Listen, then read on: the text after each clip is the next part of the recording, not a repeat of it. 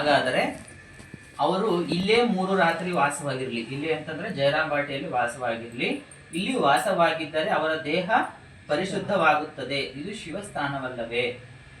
ಇದೊಂದು ಅದ್ಭುತವಾದ ಮಾತು. ಜಯರಾಮ್ ಬಾಟಿಯ ಆ ದಿವ್ಯ ಕ್ಷೇತ್ರದಲ್ಲಿ ತಮ್ಮ ದಿವ್ಯ ಸನ್ನಿಧಿಯಲ್ಲಿ ಇರುವುದರಿಂದ ಆ ವ್ಯಕ್ತಿಗಳ ಶರೀರ ಶುದ್ಧವಾಗುತ್ತದೆ ಎಂದು ಶ್ರೀಮಾತೆ ದೃಢವಾಗಿ ಹೇಳುತ್ತಿದ್ದಾರೆ. ನಿಜ, ಯಾಕಾಗಬಾರದು? ಪರಮ ಪವಿತ್ರತಾ ಸ್ವರೂಪಿಣಿಯಾದ ಜಗನ್ಮಾತೆಯ ಸಾನ್ನಿಧ್ಯ ವಾಸದಿಂದ ವ್ಯಕ್ತಿಗಳು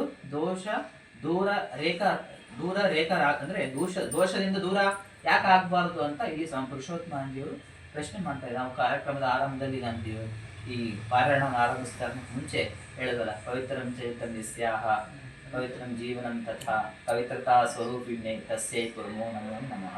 ಅಂದ್ರೆ ಪವಿತ್ರತೆಯ ಮೂರ್ತ ರೂಪ ಯಾರು? ಶ್ರೀಮಾತೆಯವರು. ಹಾಗಾಗಿ ಸಹಜವಾಗಿ ಆ ಪವಿತ್ರ ಜೊತೆ ನಾವು ಇದ್ರೆ ನಾವು ಸಹ ಏನಾಗ್ತೀವಿ? ಪವಿತ್ರ ಆಗ್ತೇವೆ. ಅಶುದ್ಧತೆಯು ಸಹ ಶುದ್ಧವಾಗುತ್ತೆ. ಪಾಪದ ಎಲ್ಲವೂ ಸಹ ಪಾಪ ಎಲ್ಲ ನಾಶ ಆಗಿ ಪುಣ್ಯದ ಫಲ ನಮ್ಮೊಳಗೆ ಸೇರ್ಕೊಳ್ಳುತ್ತೆ. ಹಾಗಾಗಿ ಶ್ರೀಮಾತೆ ಹೇಳ್ತಿದ್ದಾರೆ, ಆ ಇಬ್ಬರು ವ್ಯಕ್ತಿಗಳು 3 ಜನ ರಾತ್ರಿ ಇಲ್ಲೇ ವಾಸವಾಗಿದ್ರೆ ಖಂಡಿತವಾಗೂ ಅವರಲ್ಲಿರುವ ಪಾಪ ಪಾಪ ಅಲ್ಲ, ಕಳೆದೋಗುತ್ತೆ, ನಾಶವಾಗುತ್ತೆ. ತನ್ಮೂಲಕ ಮನಸ್ಸು ಮತ್ತೆ ದೇಹ ಎರಡೂ ಶುದ್ಧವಾಗುತ್ತೆ. ಆವಾಗ ನಾನು ದೀಕ್ಷೆಯನ್ನ ಕೊಡ್ತೀನಿ ಅಂತ ಶ್ರೀಮಾತೆಯವರು ನರೇಶ ಚಂದ್ರ ಚಕ್ರವರ್ತಿಗೆ ಭರವಸೆಯ ಮಾತುಗಳನ್ನ ಹೇಳುವಂತ ಪ್ರಸಂಗವನ್ನ ನಾವು ನೋಡ್ತಾ ಇದ್ದೇವೆ. ಅದೇ ಮಾತನ್ನ ಸ್ವಾಮಿ ಪುರುಷೋತ್ತಮ ಹೇಳ್ತಾ ಇದ್ದಾರೆ.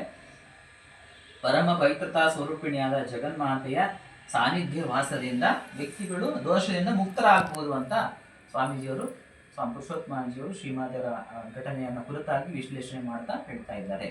ಇಷ್ಟು ಮಾತುಗಳನ್ನು ಹೇಳ್ತಾ ನಾನು 2 ಮಾತುಗಳಿಗೆ ವಿರಾಮ ಹಾಡ್ತಾ ಇದ್ದೇನೆ. ನಾವು ತಿಳ್ಕೊಂಡಿದ್ದ ಘಟನೆ ಒಂದೇ ಆದರೂ ಎಷ್ಟು ಅದ್ಭುತವಾದ ಮಾತುಗಳನ್ನು ಶ್ರೀಮಾತೆಯವರು ಇಲ್ಲೆಲ್ಲ ಹೇಳ್ತಾ ಇದ್ದಾರೆ. ಹಾಗಾಗಿ ಶ್ರೀಮಾತೆಯ ಬುಕ್ಕುವುದು ಅಥವಾ ಶ್ರೀಮಾತೆಯವ್ರ ಬಗ್ಗೆ ಸ್ಮರಣೆ ಮಾಡೋದು, ಅವ್ರ ಬಗ್ಗೆ ಚರ್ಚೆ ಮಾಡೋದೇ ನಮ್ಮಲ್ಲಿರುವಂಥ ಎಷ್ಟೋ ಅಶುದ್ಧತೆಯನ್ನು ಕಳೆಯುತ್ತೆ, ನಾಶ ಮಾಡುತ್ತೆ ಅಂತ ನಾವು ಹೇಳ್ಬೋದು. ಮುಂದಿನ ಭಾಗವನ್ನು ಮುಂದಿನ ವಾರ ಮುಂದುವರಿಸೋಣ.